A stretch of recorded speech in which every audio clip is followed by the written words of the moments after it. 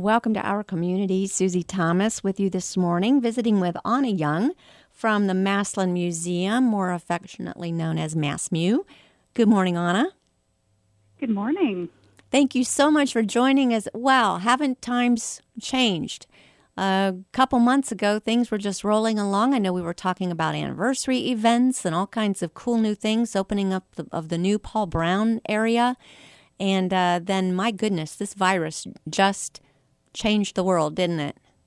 Yes, it did. We had a lot of really cool things that we were planning to roll out. Our museum dedication event to celebrate the expansion of our museum, and we had to postpone that. So yeah, it definitely turned the world upside down, I would say. So I'm guessing you had a meeting, probably a Zoom meeting or some kind of conference call, while everybody was sheltering in place, saying, "What do? We have a museum." And it's a special time here in the area. How did that go? How did the brainstorming happen? Yeah, we had a meeting. Alex, our director, was very, very on top of everything. We all started discussing plans to put in place to close everything down, make sure that, we were able to effectively work from home and continue to provide content to our community in a safe and accessible way. So, we had to move very quickly and with great leadership and with a great staff, we were able to successfully put a lot of our digital programming in place. Yeah. So tell us what you came up with. What can we look forward to? How do we access it? And how do we still continue to enjoy the Massillon Museum? So we are on Facebook and Instagram and Twitter, as well as YouTube and on our website as well. We have moved our Brown Bag Lunch Lecture series to air on MCTV channels 21 and 621. Wow. And so that's been really effective and awesome to work with them and provide that to our community since they can't come into the museum and, sit down and have their brown bag lunch. And so we were very excited that we were able to partner with MCTV and have that provided as well as accessible on Facebook and Instagram and on our YouTube channel as well.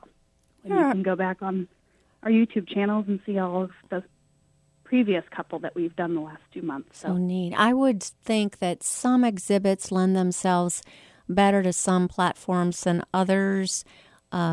Specifically, what kinds of cool YouTube videos do you have? So we have moved our Saturday morning yoga to YouTube as well. Our museum moment of Zen. So that's really awesome to provide to the community. We've got some virtual artist talks with Deborah Pinter, who was our last artist to show in Studio M. We also have some short documentaries that our archivist, Mandy Altmestall, has been working on. There's a really great one on the Titanic that's up there. So if you haven't checked that out, I recommend watching that. It's very, very cool. And that's just the tip of the iceberg when it comes to so what to speak. we've been doing. Titanic is just the tip of the iceberg as far as...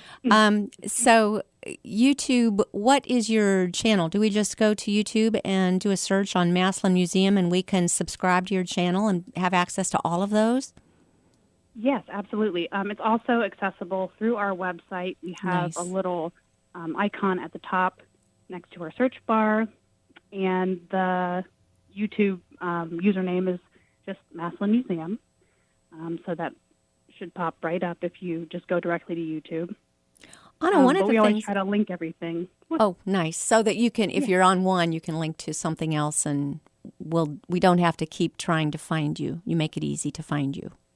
Yes, and that is all about, making sure that everything is accessible to all of our viewers, making it simple and easy, and because we want to engage our audience and make sure that they get to see all the cool stuff we're doing. I know this has been a tough time, but in many ways, a lot of things are better, or we're learning how to do things better. Because if someone, for instance, wanted to go to a lecture about one of these things, it's done, it's over. If you weren't able to make it, you missed it. But because these are now forever preserved on YouTube or any of these different platforms, we can go back. If we had to miss something, we can go back. Or if we attended it and thought, well, that was so good, but I don't think I absorbed all of that, we can go back and attend it again. What are your thoughts on that? I think that that's really amazing. There's a lot of times, I can speak personally, where I'm like, oh man, there's two things going on at once, or, maybe I have to work a little bit later and I, have to miss something, but it's awesome that I can go back and watch that, and actually get to spend a little bit more time with it, especially with the educational programs and artist talk. So I think that it's a step in the right direction, and I think that it comes to an accessibility standpoint as well, and I think that it's definitely a pro, in my opinion. I agree. Were these things that were already in the works? You already had all the different social media platforms and so forth, or is this something that's really been ramped up since all of this hit? So we always had Instagram and Facebook, and obviously our website and the YouTube channel as well. And we were always actively using those. But most, like everybody else, it definitely, had to be ramped up once we had to close our doors. So we just had to, put a little bit more time and effort into really curating that digital content, really seeing what people, were missing from our museum, what they wanted to see, trying to provide something different than what everybody else is doing out there, but also, making some awesome partnerships as well through social media, like our hashtag Stark Tusk Museums Unite, which is an awesome cultural partnership with a few museums in Stark and Tusk County. So. How did that come about? Because that was brilliant. When you think of the many, many museums we have in this area, we are blessed with some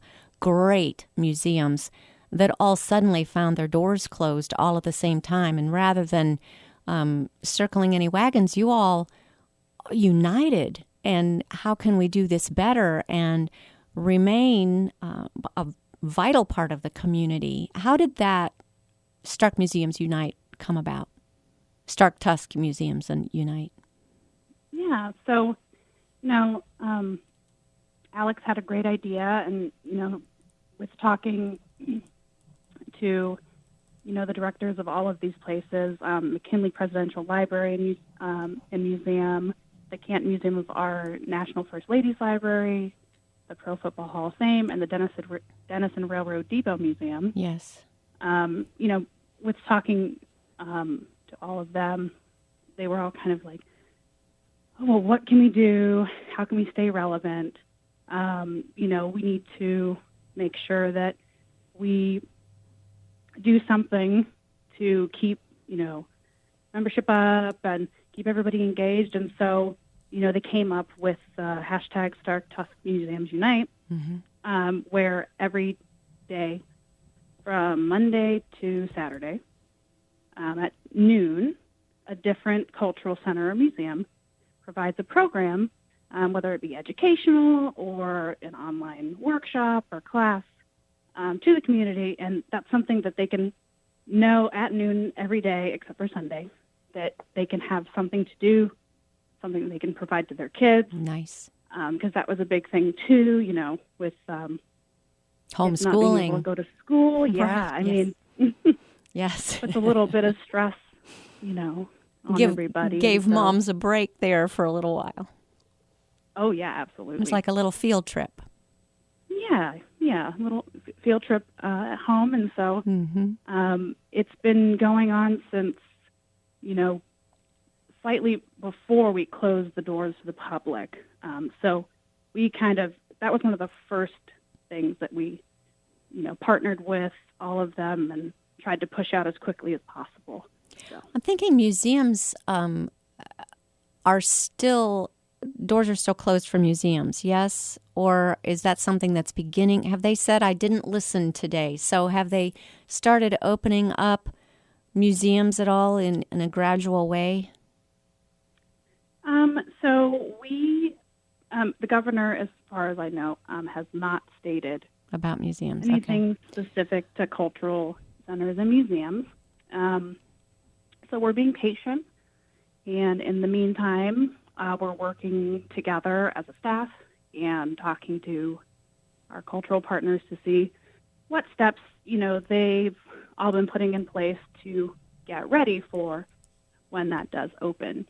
I imagine those are talks you're really having. What kind of steps have you thought about when we do get to actually come back and go through the museum again? How will that look different? So an important thing is, making our staff and community feel safe. And so all staff members at the Massillon Museum will be wearing masks and gloves the entire time that they're at work. We're doing hourly sanitation, going through, making sure that we are constantly keeping up with, high traffic areas, high touch points, developing signage for social distancing and providing hand sanitizing and just sanitizing stations around the museum so that it's accessible for everyone. Just really, really making sure that we have the sanitization steps in place. We've got a reopening procedure that we've been talking about for the last couple weeks that we are, really, really refining, making sure that every possible place in the museum is covered, it's sanitized, it's safe for everybody, staff, and our guests as well. So we really, really want to make sure that everybody feels safe when they come to the museum and that they are safe. Mm-hmm. We're speaking with Anna Young from the Massillon Museum, and a very involved part of Stark-Tusk Museums United. One kind of wild, random, off-the-cuff question I've got is, we are living in and living through one of the most remarkable times in history I can ever recall. There's never been anything like this before.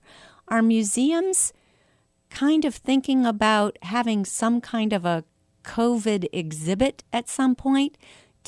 I don't know, starting to collect or get ideas for things that represent this very remarkable thing we're going through? Will that be an exhibit one day? I think that it might actually be a thing someday. I don't think that it'll be something that we see in the next, year or two. Too soon. Only because... Oh, go ahead. No, I was just thinking it would be too soon. Yes? Oh, yes, it would be absolutely too soon. It's been, this is something that, none of us have really dealt with. And so very stressful time for absolutely everybody. And so I think that in the future, maybe 10 years, 10 years, I could definitely see this being, an exhibit. And so, our archivist, Mandy Altima Stahl, she is actually collecting all kinds of signage and emails and trying to archive all of the COVID language that, she's seen, from, Target or, all of the emails that I'm sure that you've received as well, just that language and keeping everybody safe and all of that. And I am also working on a book for the archives, basically documenting all of our social media engagement through this time, not only with the Stark-Tusks Unite hashtag, but also just our personal highlights with Brown Bag Lunch and with our virtual artist talks and our collections highlights that we do. So that's going to be something that we can keep and that the next team in the next 20 years can go back and say, what really happened? Yeah. How did it look like? What did it feel like? What were people, saying about these programs? And so, yeah, I think that it'll definitely be something that comes up. When it wasn't not just like a blizzard for our area where you can talk to relatives in Florida and they're not going through it, but something that the entire world went through at the same time is remarkable. We are speaking with Anna Young, Massillon Museum. Going to take a short break. We'll be back after these words. You're listening to Our Community. Welcome back to Our Community. Susie Thomas chatting with Anna Young from the Massillon Museum. Anna, we're really interested in what specific programs now we can see. You've done a great job of making them available to us using all the interwebs stuff and social media and everything. First of all, your website is what? The website is www.massillonmuseum.org. Easy enough. Go to massillonmuseum.org. And then also Facebook, Instagram, Twitter, YouTube. And they're all connected, so you can hop from one to the other. Tune in at noon for something, right? Every day at noon there will be some kind of a special program. Are these live streamed from the various museums in Stark and Tuscarawas County? It depends what they choose for their cultural connection each day. Some are live streamed, some are pre-recorded, and then put onto YouTube, Facebook, or Instagram at that time. Some are static posts, and so it varies. And usually all of the other partners will repost and tag and link. So if you don't follow all of them, you'll see something on another partner's page kind of giving them a shout out. So it's all united. Accessible. Everybody, yes, it's all united. All the boats, all the rising tide, raising all the ships at the same time. So what programs are happening right now at the Massillon Museum? If we were able to go in a normal world, we would want to stop in and see, but because you're posting them now, so what can we look forward to seeing and interacting with over social media? So today we did the our cultural connection, and that is our touchdown town 1951, and that is a mini documentary that highlights why Massillon is such a fantastic place for football. Mm-hmm. And it is. It's a very, very fun documentary, and I really love it. And if you haven't seen it, I would recommend to go back and watch it. It's on our Facebook, Instagram, and YouTube. Nice. We are also doing the Mass Mu Fashion Challenge. We had a fashion show of sorts last week on our Instagram and Facebook pages. How did you do that? So, we are always talking, the entire staff are always talking about what we can do on social media that's fun and engaging and lighthearted. And so our collections registrar, she sent me some fashion plates that we had in the collection. And I just really loved them. I thought they were super great. And so I decided that we should try to do like a Mass Mu Fashion Week. And we turned it into one of those art recreation challenges. I'm not sure if you've seen those going around, but you basically take a piece of art and then you try to recreate it at home. Yes, that's been so cool. How people use their spare time during times like this has been amazing. Yeah, so I thought it was a fun idea, and so we ran that last week. Neat. We got some really cool looks from people that they submitted to us, and so we decided to extend it this week, and at Friday at 5 o'clock is when it ends, and basically we're asking people to go through all the looks that we posted last week, and as well as our Saturday post, which was a masquerade costume contest. Oh, cool. Recreate the look, send it to us via direct message on Instagram or in our comments on Facebook, and we will announce a winner the following Monday of, who basically we're going to vote. The staff's going to vote, and we're going to choose a winner, best look, Nice. and they're going to get an individual membership to the Massillon Museum. Wow, very, very cool. And for those who aren't familiar with it, well, first of all, go to the pages, go to their, is it on Facebook and on several? It's on Facebook, Instagram, and YouTube. You can see some of the examples, but people take like a Renaissance painting and recreate it in their own homes. And it's just amazing how close they have come. Oh, yes. Some are it's just very clever, the way that people can make a towel look or make a kitchen utensil look. And so it's just fun and something to do. And very, very fun.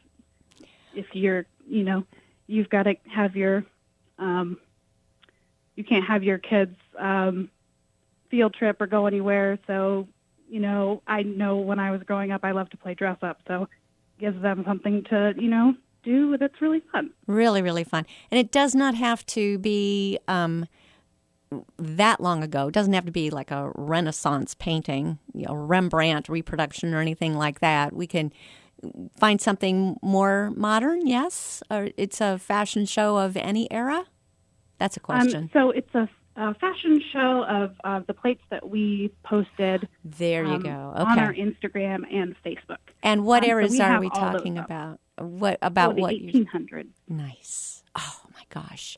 All of us can pull out an old wedding gown and look like we're from them, don't you think? That would work. We can play around with it anyway. That sounds like lots of fun. Okay, and we have until this is the 14th, so we have until 5:00 tomorrow.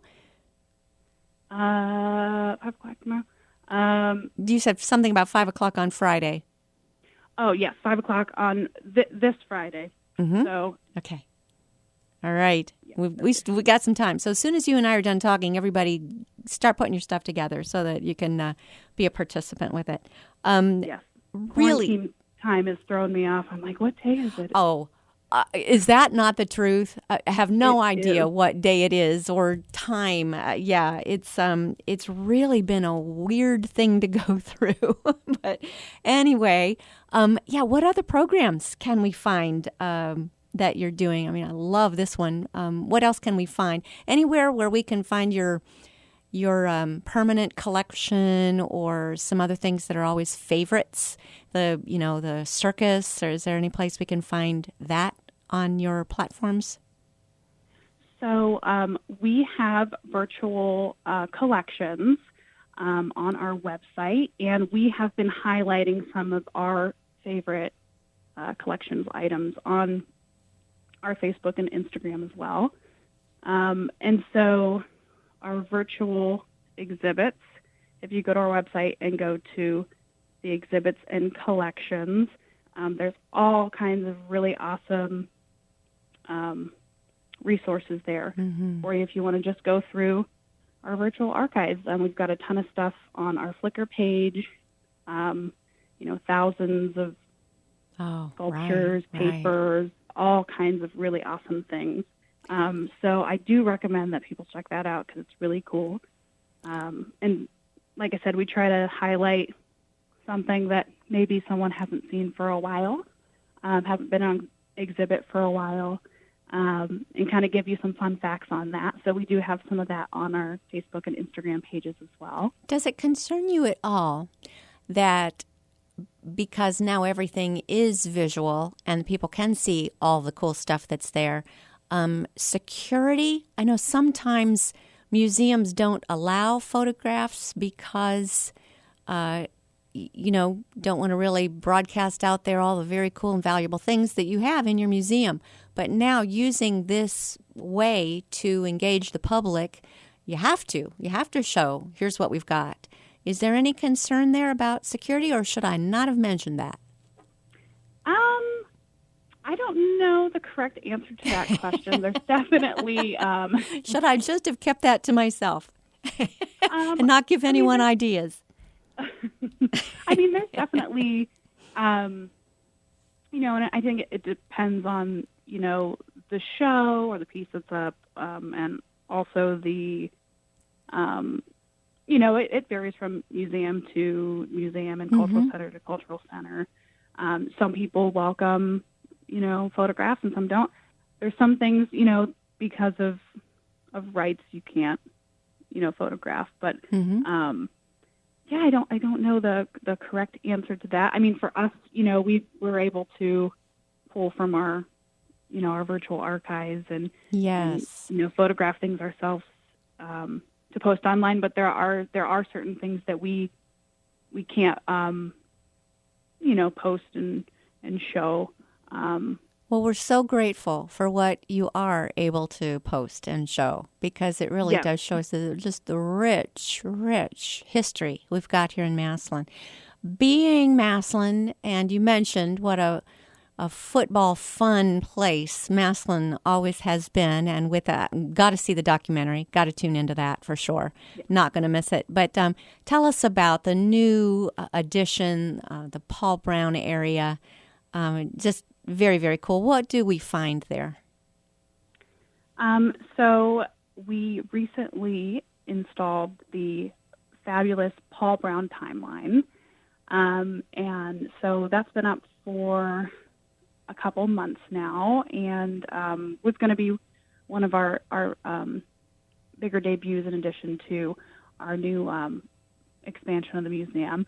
And it's a beautiful timeline of Paul Brown. It's got some relics in there pop out of the wall. It's just really cool, hard to describe without, you've got to go when we open back up, you've got to go see it if you haven't already seen it. It's beautiful, beautiful. It's just from the beginning until, the end, the history of Massillon and Paul Brown and, football, the stadium, the players. I mean, just everything in there. And it's super beautiful, well done, very cool. And it's a really great addition to our museum, and we're very excited about it. So. Well, we're so eager for your doors to be open again. We will obey the rules. Can't wait to be able to come through. But in the meantime, we'll be absolutely checking out Facebook, Instagram, Twitter, YouTube. Go to MassillonMuseum.org and take advantage of all the really innovative, creative ways that Anna and Alex, everybody over there, has been using all this current technology to be able to share the wonderful, wonderful experience that is the Massillon Museum. Thank you so much, Anna Young. Thank you for all you do in our community. Oh, thank you.